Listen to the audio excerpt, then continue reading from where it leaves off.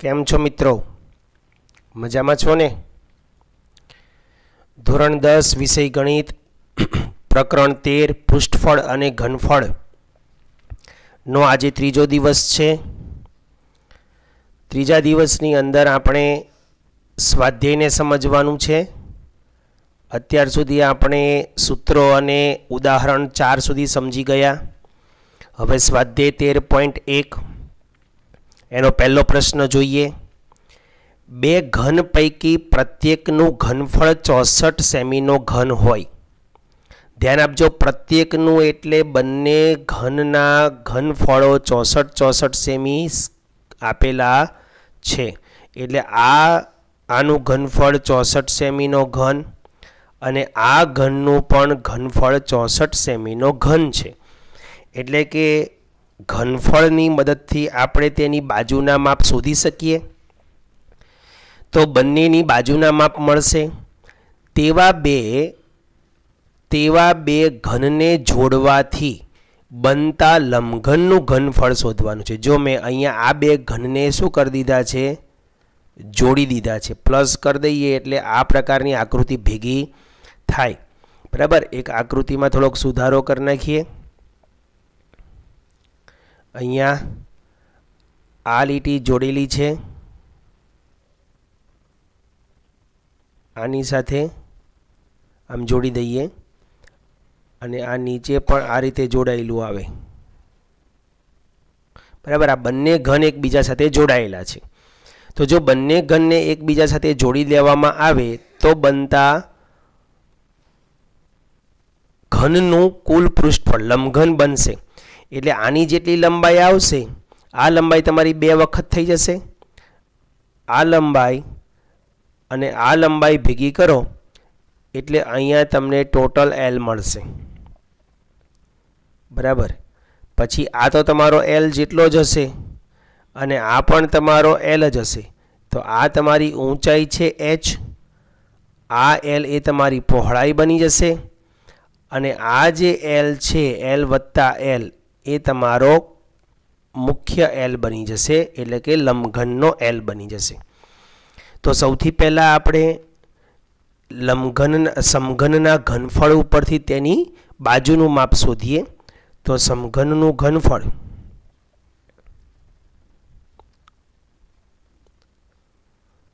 આકૃતિમાં ખ્યાલ આવી ગયો ને મિત્રો? સમઘનના ઘનફળનું સૂત્ર શું છે? L નો ઘન. અને દરેક સમઘનનું ઘનફળ કેટલું આપી દીધું છે? 64 ઇઝ ઇક્વલ ટુ L નો ઘન. તો 64 એ કોનો ઘન છે? 4નો. તો મતલબ 4નો ઘન બરાબર L નો ઘન. તો માટે L is equal two 4 semi થઈ જશે. L બરાબર 4 સેમી. હવે આ સમઘનની લંબાઈ L બરાબર 4 સેમી થઈ એટલે આ માપ 4 થયું. એટલે અહીંનો આ L 4 થયો તો આ L પણ 4 થશે. તો 4 વત્તા 4 એટલે એમાંથી કેપિટલ L હંમેશા કેટલો થઈ જશે? 8 થઈ જશે. પછી આ B પાછો કેટલો આવશે? તો કે 4 સેમી આવશે અને h પણ ઊંચાઈ પણ તમારી 4 સેમી જ રહેવાની છે. તો આ સમઘનની મદદથી બનતા લંબઘનનું પૃષ્ઠફળ શોધવાનું છે. તો જો લંબઘનનું પૃષ્ઠફળ શોધવું હોય તો લંબઘનના બધા માપ આપણી પાસે હોવા જોઈએ. અહીંથી બનતો હવે લંબઘન. આકૃતિ આપણી લંબઘનની બને છે તો લંબઘનનું મથાળું મારી દેવાનું. લંબઘનનો L કેટલો થાય? તો કે 4 વત્તા 4 બરાબર 8 સેમી. B કેટલો થાય? એટલે કે પહોળાઈ. તો કે એ L જેટલો જ વધશે એટલે કે 4 સેમી. અને ઊંચાઈ પણ એટલી જ રહેશે. ઊંચાઈ h બરાબર પણ 4 સેમી. જો તમે આ સમઘનની ઉપર આ સમઘનને મૂકશો ને તો ઊંચાઈ ડબલ થઈ જશે, લંબાઈ અને પહોળાઈ સેમ રહેશે. એટલે એની સાથે કંઈ લેવા દેવા નથી. ઓકે. હવે તમારે શોધવાનું છે આ લંબઘનનું પૃષ્ઠફળ, કુલ પૃષ્ઠફળ. લંબઘનનું કુલ પૃષ્ઠફળ. લંબઘનના કુલ પૃષ્ઠફળનું સૂત્ર શું આવે છે? 2 2 કૌંસમાં LB વત્તા BH અને વત્તા LH. હવે આની અંદર કિંમતો મૂકીએ. 2 તેમનો તેમ રહેશે. કિંમતો બધી મોટા બોક્સની અંદર મૂકું છું એટલે LB અને બધાની કિંમતો કૌંસમાં મૂકી શકાય. L ની કિંમત છે 8, B ની કિંમત છે 4 વત્તા અહીંયા B ની કિંમત છે 4, H ની કિંમત છે 4 વત્તા પાછી L ની કિંમત છે 8 અને H ની કિંમત છે 4 અને મોટું બોક્સ પૂરું. 2 નો 2. હવે 8 ચોક 32 વત્તા ચોકે ચોકે 16 વત્તા 8 ચોક 32. 32 વત્તા 32 વત્તા 16. 32 ને 32 64. 64 ને 16 80 એટલે 2 કૌંસમાં 80 અને 80 દુ 8 દુ 16 160 સેમી સ્ક્વેર. પૃષ્ઠફળ છે એટલે સેમી સ્ક્વેર લાગશે. ધ્યાન આપજો. પેલું ઘનફળ હતું, ઘનફળમાંથી સેમી શોધ્યા અને સેમીમાંથી પછી આપણે એનું પૃષ્ઠફળ શોધ્યા. તો આ રીતે તમારે દાખલો ગણવો પડે. ત્યારબાદ પ્રશ્ન નંબર 2 જોઈએ. એક અર્ધગોલક ઉપર એક પોલો નળાકાર બેસાડેલો હોય તેવું એક પાત્ર છે. મિત્રો જો આકૃતિ બાજુમાં હું દોરેલી છે બધી. એક અર્ધગોલક છે, નીચે પાયામાં અર્ધગોલક છે અને તેના ઉપર એક નળાકાર બેસાડેલો છે. ધ્યાન આપજો. અર્ધગોલક જે છે તેની ઉપર તમે જ્યારે નળાકાર બેસાડો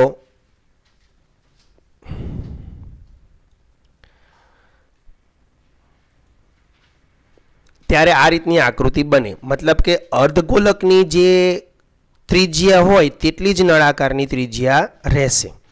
બરાબર. આપણે જે પેલો રોકેટવાળો દાખલો જોયો એમાં તો બંનેની ત્રિજ્યા અલગ અલગ હતી, પણ અહીંયા એનું કોઈ સ્પષ્ટીકરણ કર્યું નથી એટલે આપણે બંનેની ત્રિજ્યાને સમાન લેવી પડશે. તો અર્ધગોલક ઉપર નળાકાર બેસાડેલો હોય તેવું એક પાત્ર છે. અર્ધગોલકનો વ્યાસ આપ્યો છે 14 સેમી. જુઓ આ આખો વ્યાસ 14 સેમી છે એટલે ત્રિજ્યા કેટલી થઈ જાય? 7 સેમી થઈ જશે. આપણી પાસે પાત્ર કેટલા છે? 2. એક છે અર્ધગોલક. જે આકૃતિ પ્રમાણે પાત્ર આવતા હોય તેને તમારે અહીંયા હાઇલાઇટ કરવાના એટલે કે મથાળું મારવાનું. અર્ધગોલક અને નળાકાર. અર્ધગોલક અને નળાકાર. તમને અહીં અર્ધગોલકનો વ્યાસ આપેલો છે તો અર્ધગોલકના વિભાગમાં લખવાનું. અર્ધગોલકના વિભાગમાં D બરાબર આપણે લખીશું 14 સેમી. D બરાબર 14 સેમી. તો માટે R કેટલો થાય? તો કે R બરાબર 7 સેમી થાય. હવે ધ્યાન આપજો. અર્ધગોલકનો જેટલો વ્યાસ થાય ને એટલી જ તેની આ ઊંડાઈ થાય. તો આ પણ પાછો કેટલો થાય? 7 સેમી જ થાય. ક્લિયર થાય છે? ઊંડાઈ એટલે આટલી. અહીંથી અહીં સુધીનું માપ તમારું કેટલું થઈ જશે? 7 સેમી જ થઈ જશે. ઓકે. એટલે ત્યાર પછી તો એ નળાકારનો પણ R બરાબર 7 સેમી જ થાય. નળાકારનો R બરાબર 7 સેમી. અહીંયા પછી D ની માપ લખવાની જરૂર નથી. વાસણની કુલ ઊંચાઈ 13 સેન્ટીમીટર છે. જો આખી કુલ ઊંચાઈ એટલે છેક ઉપરની ધારથી માંડીને આના આ તળિયા સુધીની આ ઊંચાઈ કેટલી છે? 13. 13 માંથી આ કેટલું છે? 7 છે. આ 7 છે તો 13 માંથી આ 7 જાય તો અહીંયા 6 વધે. 7 ને 6 13 એટલે નળાકારની જે ઊંચાઈ છે H એ આપણને 6 સેમી મળે.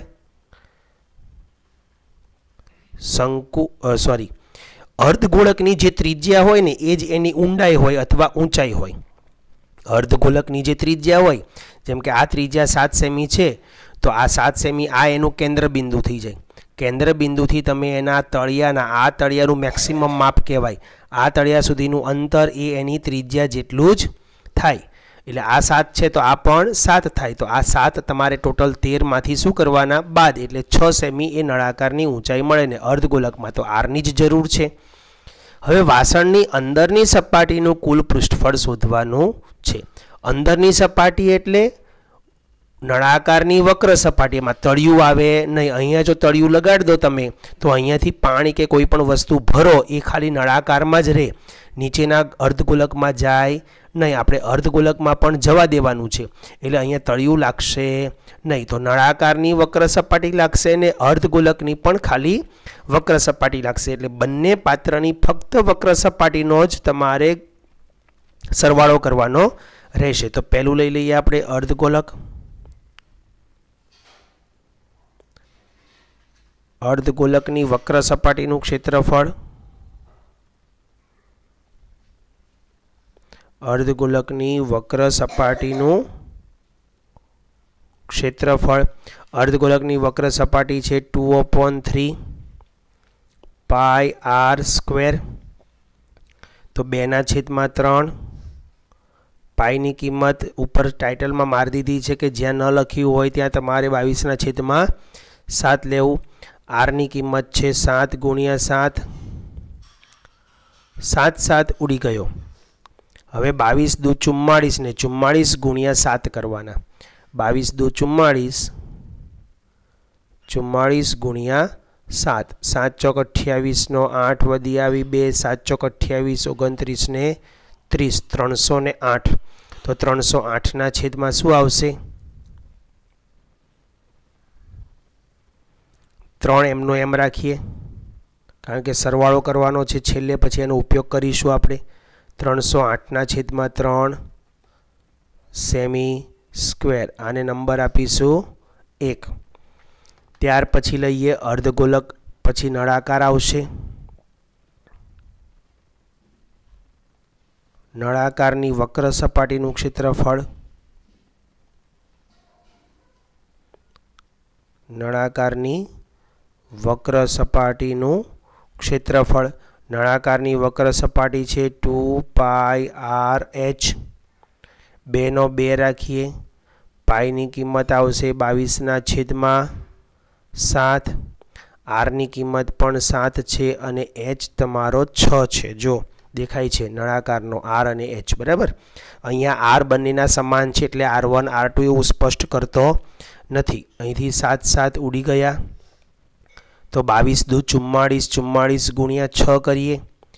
22 દુ 44 × 6, 6 ચોક 24 નો 6 ચોક 24 નો ચોગડો વધી આવી 2, અને 6 ચોક 24, 25 ને 26, 264. તો જવાબ આવશે 264 સેમી સ્ક્વેર. છેદમાં કંઈ વધતું નથી, એને નંબર આપી દઈશું આપણે 2. હવે 1 નંબર અને 2 નંબરનો સરવાળો કરો એટલે કુલ પૃષ્ઠફળ.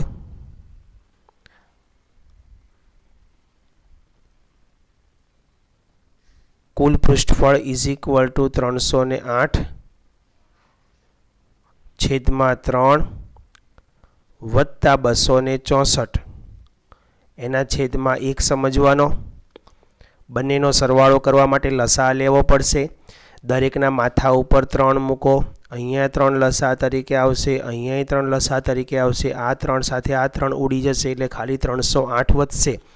પણ તમારે 264 ને 3 વડે ગુણવા પડશે.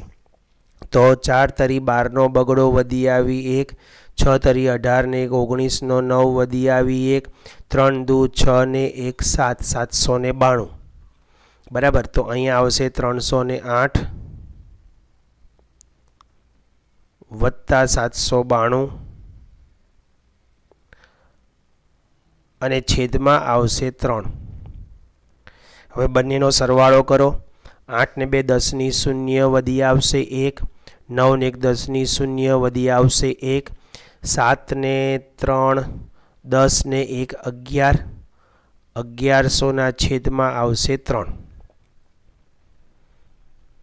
1100 ના છેદમાં 3. હવે આને એમનામ રાખો તો પણ ચાલશે કારણ કે આનો જવાબ તો અહીં તે પોઈન્ટમાં જ આવવાનો રહેશે. તો માટે જવાબમાં શું લખશો તમે?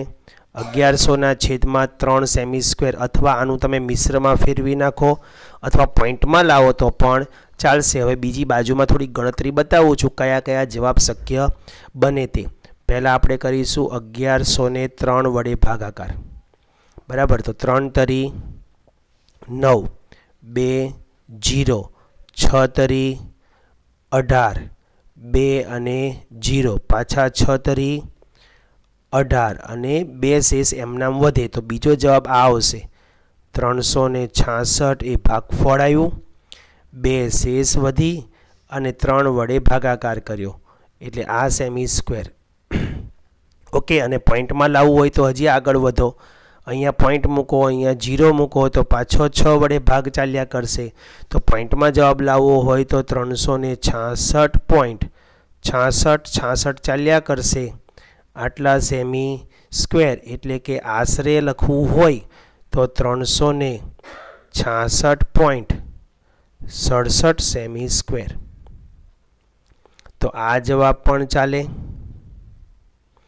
તમારો આ જવાબ પણ ચાલે અને આ મિશ્ર સ્વરૂપ પણ ચાલે અને આ જવાબ પણ ચાલે. 4 માંથી કોઈ પણ જવાબ તમે લખી શકશો. અર્ધગોલક ઉપર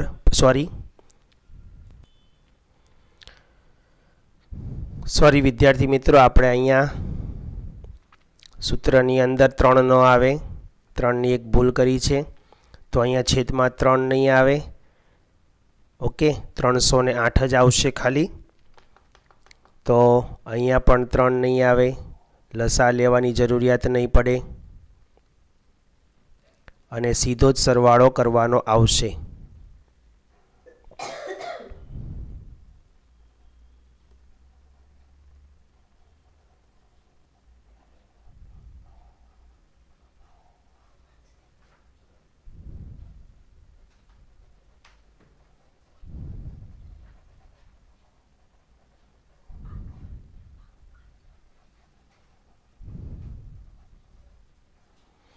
ઓકે, બંનેનો સીધો સરવાળો રહેશે.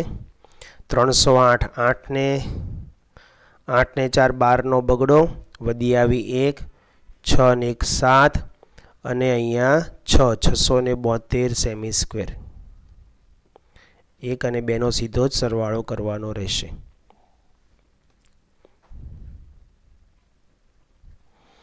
તો આગળ જઈએ પ્રશ્ન નંબર 3.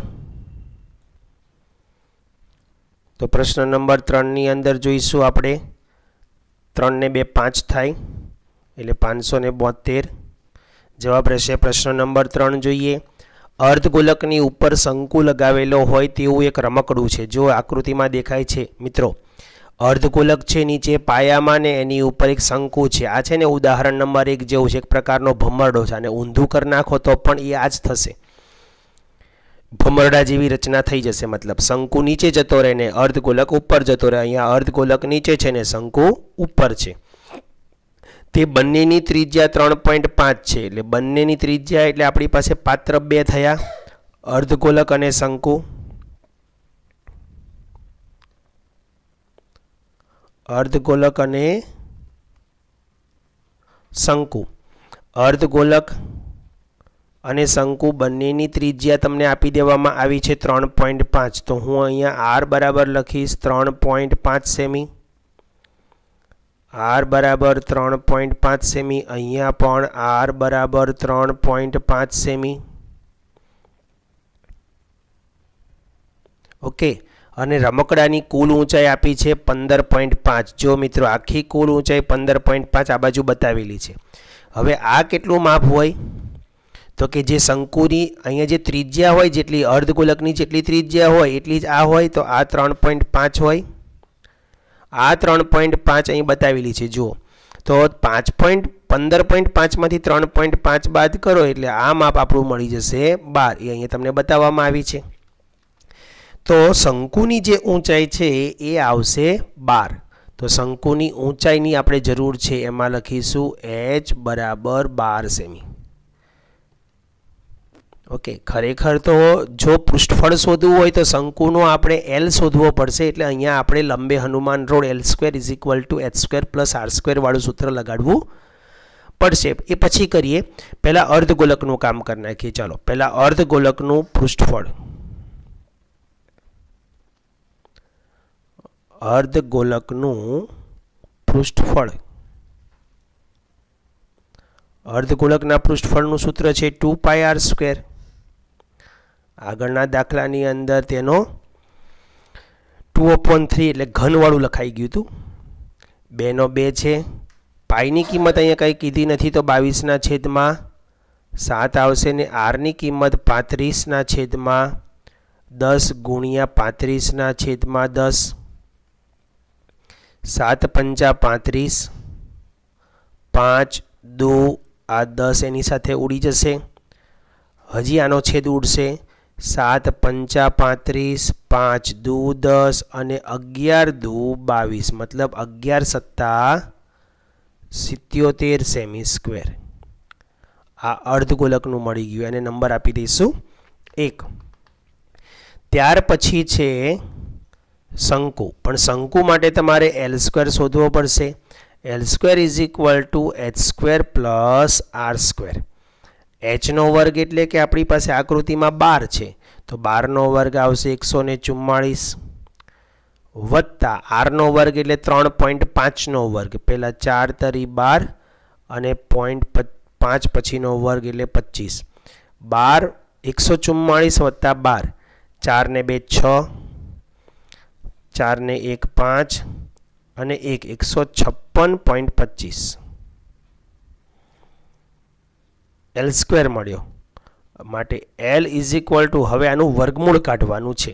તો એનું વર્ગમૂળ કાઢવાની જે મેં પ્રોસેસ તમને અગાઉ સમજાવી હતી એ ફરી પાછી અહીંયા બતાવું છું. ધ્યાન આપજો. પહેલાં પોઈન્ટને ધ્યાનમાં લીધા વગર 156.25 અથવા તો 0.25ના આંકડાવાળા જ્યારે દાખલા આવે ને ત્યારે એનું વર્ગમૂળ કાઢવાની બીજી પ્રોસેસ પણ છે, એ પણ સમજાવી દઉં. પહેલાં ભાગાકારની મેથડ સમજાવું છું.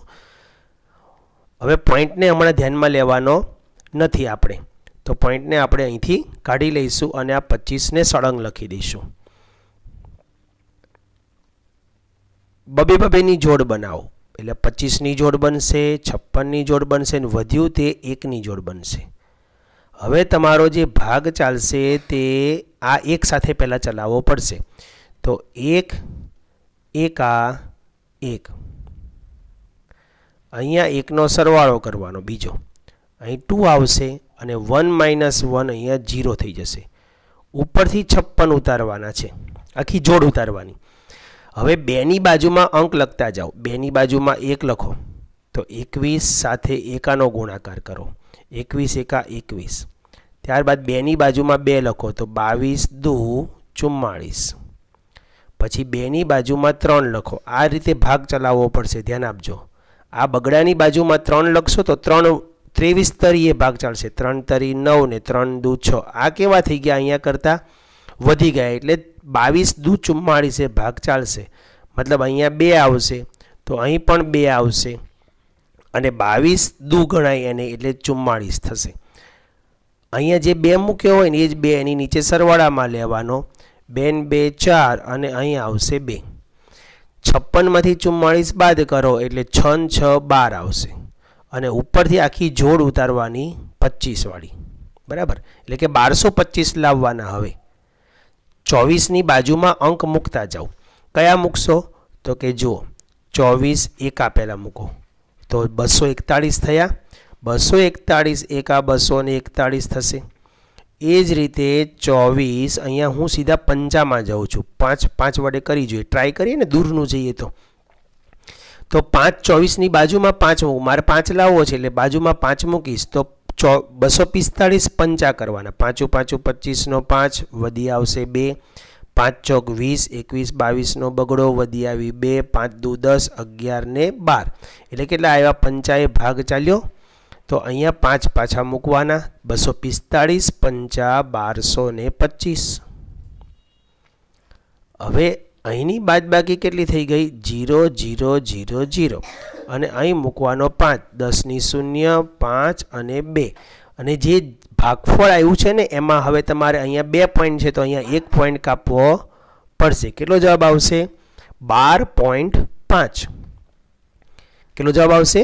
12.5. તો Lનો જે કિંમત છે એ આવશે 12.5 સેમી. ઓકે, એક આ રીત છે. બીજી રીત એ છે કે 56 કઈ બે 156 કઈ બે ક્રમિક સંખ્યાનો ગુણાકાર છે શોધી નાખો. 156 એ 12 ગુણ્યા 13 નો ગુણાકાર છે. 12 ગુણ્યા 13 જોજો 0 2 એકા 2 1 એકા 1 3 દુ 6 અને 3 એકા 3 અહીંયા 6 5 અને 1 આ બેમાંથી નાની કોણ તો કે 12 અને 25 નું વર્ગમૂળ 5 એટલે નાની સંખ્યા લેવાની 12 અને 25 નું વર્ગમૂળ લેવાનું 5 મતલબ 156 કઈ બે ક્રમિક સંખ્યાનો ગુણાકાર છે એવું શોધો અને એ શોધ્યા પછી એમાંથી જે નાની સંખ્યા હોય એને તમારે વર્ગમૂળ તરીકે પસંદ કરવાની પોઈન્ટની આગળની સંખ્યા માટે અને 25 નું વર્ગમૂળ 5 આવી જશે. આવી રીતે તમે કામ કરી શકો. એક ઉદાહરણ બીજા આપું તમને. જેમ કે 72 25 નું વર્ગમૂળ કેટલું થાય?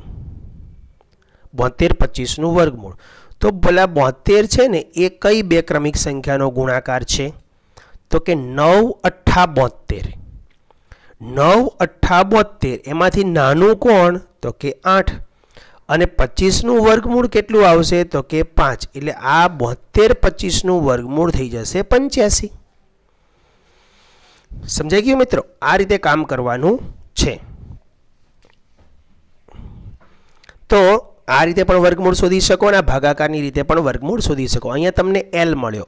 L મળ્યા પછી હવે તમારે એ શંકુની વક્ર સપાટીનું ક્ષેત્રફળ શોધવાનું છે. શંકુની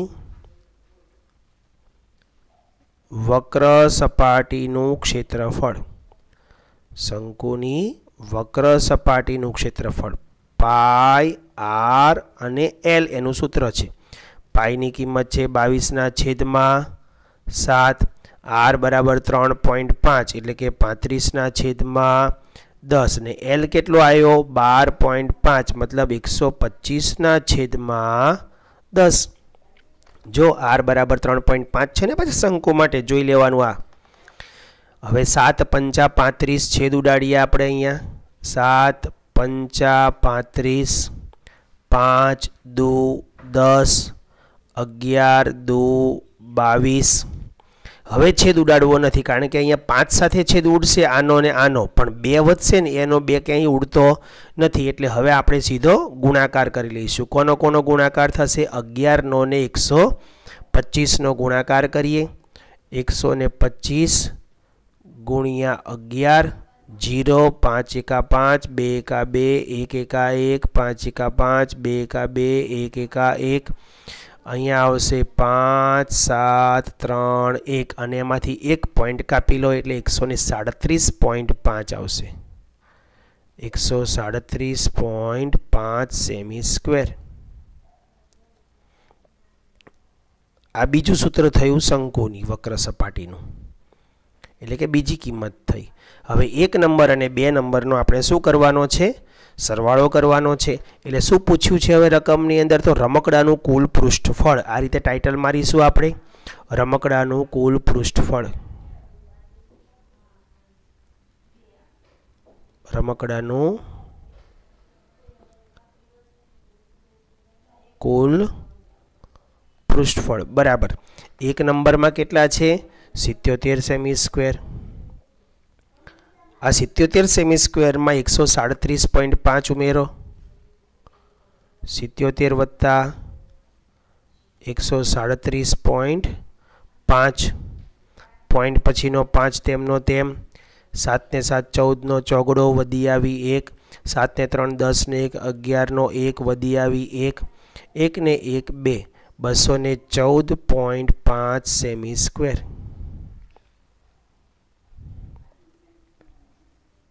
તો પછી મોટો જવાબ તમારે લખવાનો રહેશે. ઓકે. પ્રશ્ન નંબર 4 જુઓ. 7 સેમી બાજુવાળા સમઘનની ઉપર અર્ધગોલક મૂકેલો છે. જો આકૃતિ દેખાય છે 7 સેમી બાજુ છે એટલે L બરાબર 7 સેમી છે. સમઘનની ઉપર અર્ધગોલક એટલે પાત્ર થયા તમારા 2.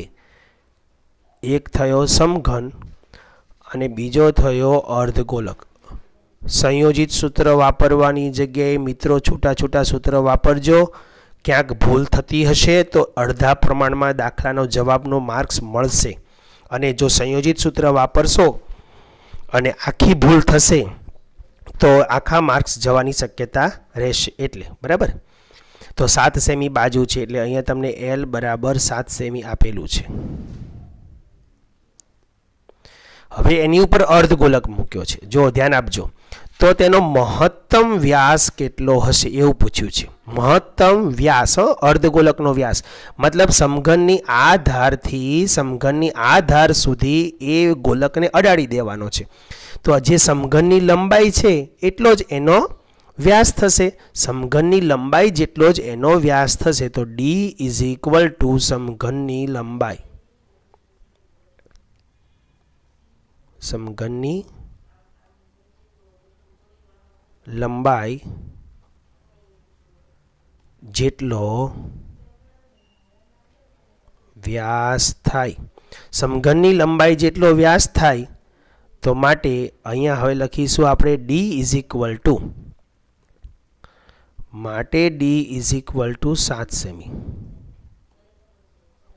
તો D જો 7 સેમી થાય તો R બરાબર 3.5 થાય અથવા 7/2 થાય, જે લખો તે ચાલે.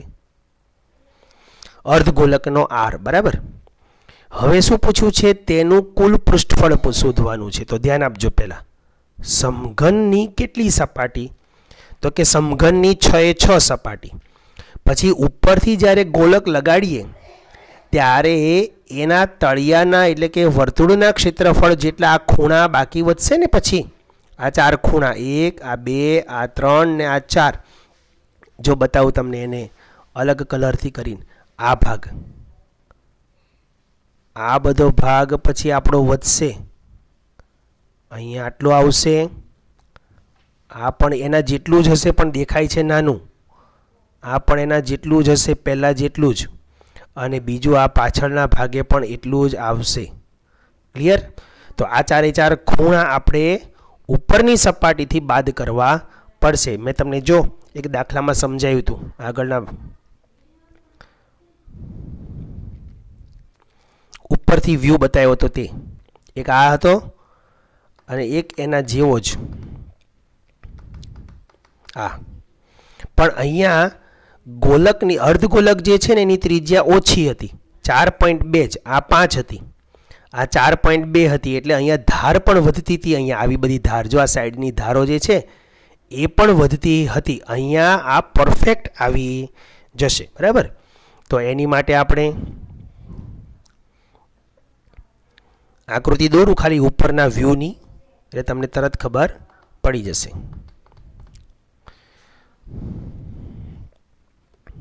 ખાલી ઉપરનો વ્યૂ બતાવું છું, સાઈડનો વ્યૂ તો આપણી પાસે છે જ.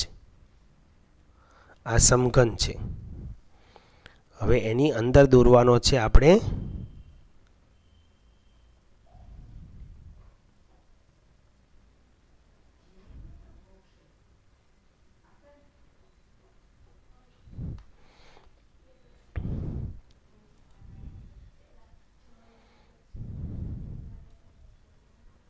આ રીતે. જો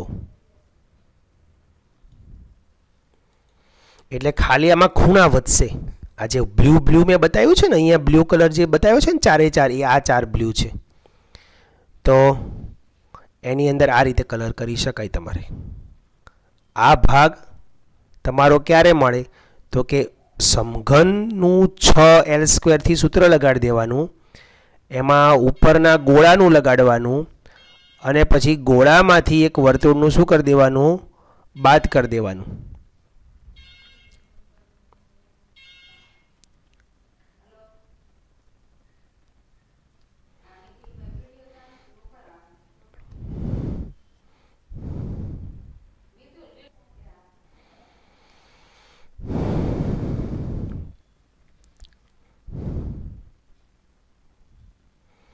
તો સમઘનનું કુલ પૃષ્ઠફળ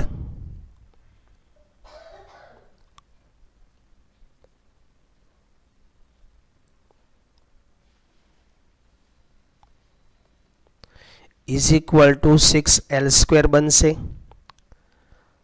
6 ગુણ્યા 7 ગુણ્યા 7, 7 × 42, 42 × 7 = 49 કરો અને પછી ગુણ્યા 7 કરો તો પણ ચાલશે.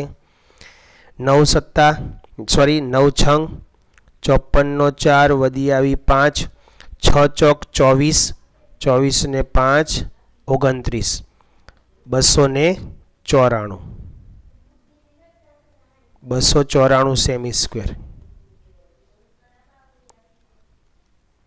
નંબર 1. હવે તમારે ઉપરના અર્ધગોલકનું શોધવાનું છે.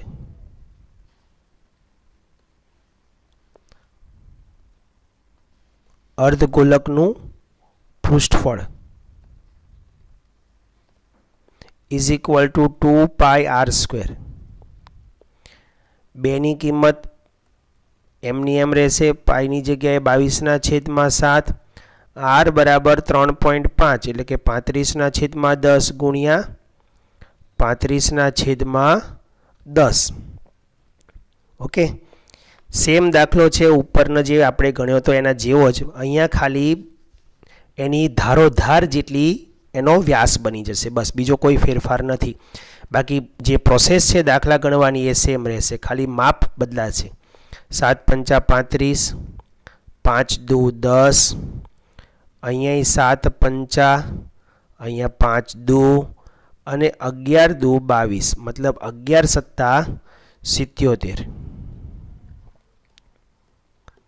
77 સેમી સ્ક્વેર. અને નંબર આપીશું 2. હવે અર્ધગોલકનો પાયો એ આપણે બાદ કરવો પડશે.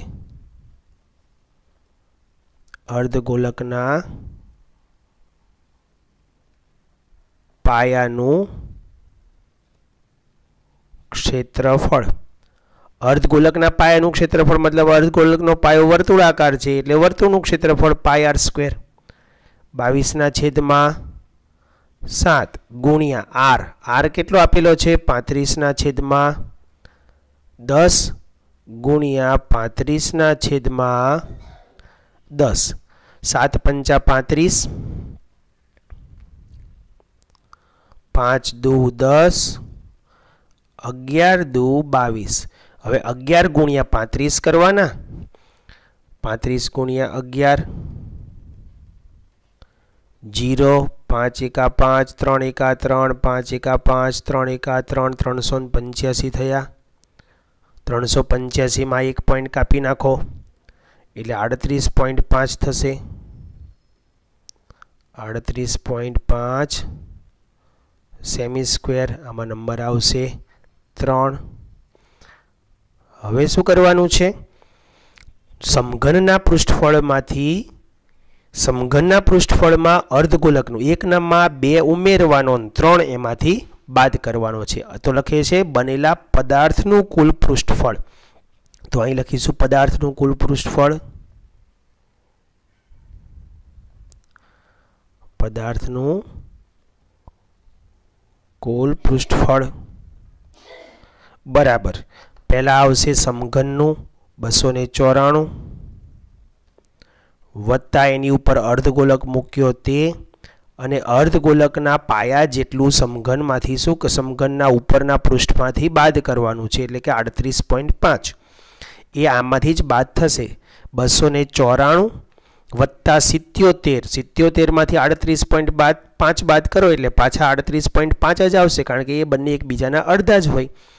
તો 294 માં તમારે 38.5 પછી પ્લસ કરી દેવા પડશે. 294 અને 38.5. અહીંયા પોઈન્ટ પછીનો 5, 8 ને 4 12 નો બગડો, વધી આવી 1, 9 ને 1 10 ને 3 13 નો 3, વધી આવી 1, 2 ને 1 3, તો 332.5